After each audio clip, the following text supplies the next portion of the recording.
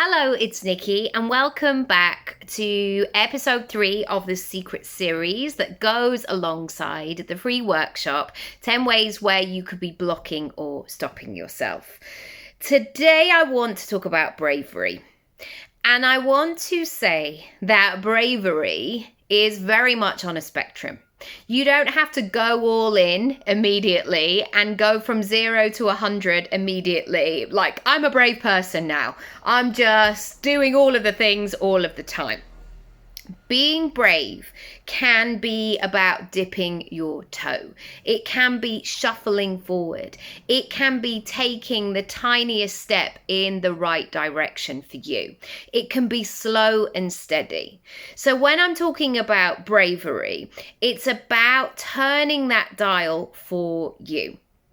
When you do, however, make a decision to not just sit with where you are and just do the things that you've always done, you get into a place where you begin to ask bigger questions and get bigger answers. You can also play in new environments as well. You can take yourself out of the situation that you're in and play around with a brand new perspective. We have this opportunity sometimes in the simplest of ways. For example, I might be sitting at my desk, really trying to figure something out. I can't piece it together. I don't know what I need to do. At that point, I know that if I walk for 10 minutes around the block where I live, usually I will come to some kind of conclusion. Usually I'll be able to wheedle out a little bit of the problem. So bravery can look like that. Bravery can also look like asking yourself for a new alternative, a new way. So these questions such as, what if? What if I did that? Another version of that is, what would somebody like me do in this situation differently? Opening up those questions that start with what, to see about possibilities, is a great way of being brave, because suddenly you're willing to add a new texture to the conversation, to the question. Another thing that you can do, and this is without actually taking action, is to activate your imagination.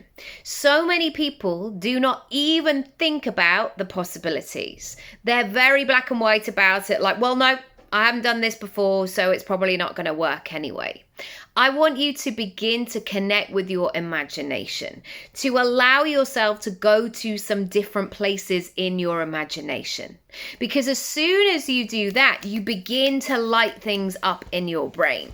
And your brain doesn't actually know any difference. That moment of you imagining you, say, running to the end of the road, your brain does exactly the same thing of you thinking about it and you actually moving your legs. So if you want to show up in a different way, in a braver, more confident version of you, you can activate your imagination. Another thing that we can do is to play the full scenario all the way through. I think that many of us feel more assured when we know exactly what's going to happen. And I've realized the older I've got, there are many situations that I cannot predict, that I cannot assume that I will know how everything is going to pan out, because life, frankly, is just not like that. So instead, I imagine, like those Cosmo quizzes that you used to do where you follow it down and then at the end you're like, oh my gosh, I'm going to marry Tom Cruise. This is insane. This is bizarre. But cool. Okay, great. I'm going to go with it. The naivety of a 13-year-old, hey. But when you begin to play it through, you hopefully get to that sense of like, well, if it doesn't work out, I'll just do this, this, and this. So already you are comforting your brain and its bravery, saying, look, it's all going to be fine in the end. We will find a way to figure it out. All right, now let's talk about why bravery may be difficult. When you are struggling with bravery, It's often because it feels unfamiliar. Most of us do lots of the same things each and every day. So if we bring something brand new into our environment, whether that's a habit, whether that's an object, whether that's a new way of being, whether that's a new skill set, a way that you want to be in the world, it takes some time to embed into the environment. And that moment can be quite unsettling. It's like if somebody moves around your living room for a little while, you might still go and try and sit down on the sofa, and then you're like, oh, the sofa's not there. So I need to make changes. I also want to say that it's easier to stay the same often, and most people do. Even though everything in you is like, this is outdated, this is not something I want to do, I actually want more, I am seeking more, your brain will still favor the old you because it's familiar, because it's relatable, because it's safe, as in your brain knows what to expect. It can predict the future, even though in some situations, it's not the safest, it's not the greatest, it's not the best version of you. Number 3, there is often a slight discomfort with being too happy. People will tell us such. They will say, don't get too settled because something bad's going to happen. Nobody gets to be this happy, or whatever phrase it is. And so in a way, we fear it, or we don't move towards it. We get more comfortable just plodding along a little bit. And so I want you to recognize that within yourself. Are you actually stretching yourself to a place and a space where you're going to increase the level of your happiness? Or are you putting up with the plodding? Are you assuming that that is as good as it gets? And I'm here to say, or as always, it really isn't. Sometimes we don't make moves because the how is not clear. We know what we want. We've written it down, we've pulled it apart, we've made it specific, we've got a vision board, we've got a Pinterest board. All of these things of what we want are becoming really clear.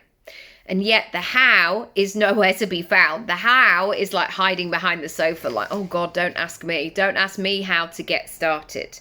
However, even if the how is not clear, there will always be something that you can do that moves you forward. And it can take you a millisecond forward. And to be able to trust that you will find a way, because you absolutely will. The 5th thing in this section is that I don't believe that we fully trust ourselves to do hard things. Maybe we've been told that, maybe we haven't done hard things for a while, maybe life's felt really hard, and it can be really easy to lose your confidence, to doubt yourself. I don't want you to do that, because I know that you have always found a way. You've always got there in the end. You've always navigated it. And yes, you may have made some mistakes, but nobody gets to just go through life never making any mistakes. If you just want to stay in the same place and everything be predictable and you winning, just sit in a chair and watch telly. Just do that. However, if you want to be out in the world, there are going to be some moments where things go in a different direction. I want to also remind you why it's time to ask some big questions. You will probably be at an age and stage now where you know that life is short. It really is. It goes so quickly. I will be 45 in November, and honestly, it feels like 3 years ago since I was 25. And that means that I have to be conscious and conscientious with my life. If I'm going to be 45, it's so where am I going? What am I doing? It's time to be braver. I also think that We wait until everything feels good. We wait for that perfect version of ourselves in order for us to get going. I'll do it when I've got more time. I'll do it when I've got everything, all my ducks in a row. I'll do it when the kids need me less. I'll do it when. Life is not going to be like that. Life doesn't necessarily move in neat chapters where we finish one thing and then we move on to the next. It's almost as though those moments like when you are learning to drive. Yes, at first you might be figuring out, okay, how do I move the gears? And what do I need to do in terms of the pedals? And you might be looking at this internal thing.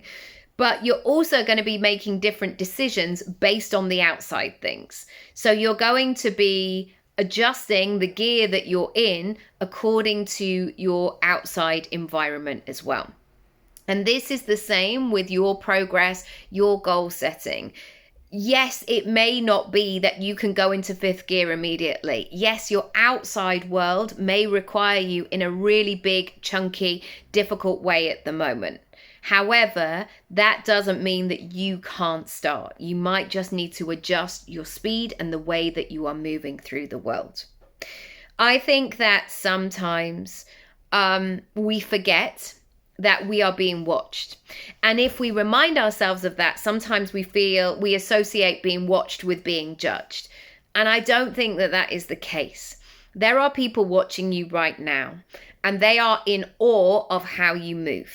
They are in awe of what you are doing. I remember how long ago was it? 2005, maybe. I was doing some local nannying and I started working with a family, and I think I'd just do like Friday mornings or like 5 hours on a Friday or something like that. Once a week, just down the road, I'd take the kids to soft play or the park. It was very casual. I'd make lunch, I'd do a bit of tidying up, and it worked brilliantly alongside my acting things. And this person that I met, I know has changed the way that I parent, because I watched her. I watched how brilliantly she navigated all of it.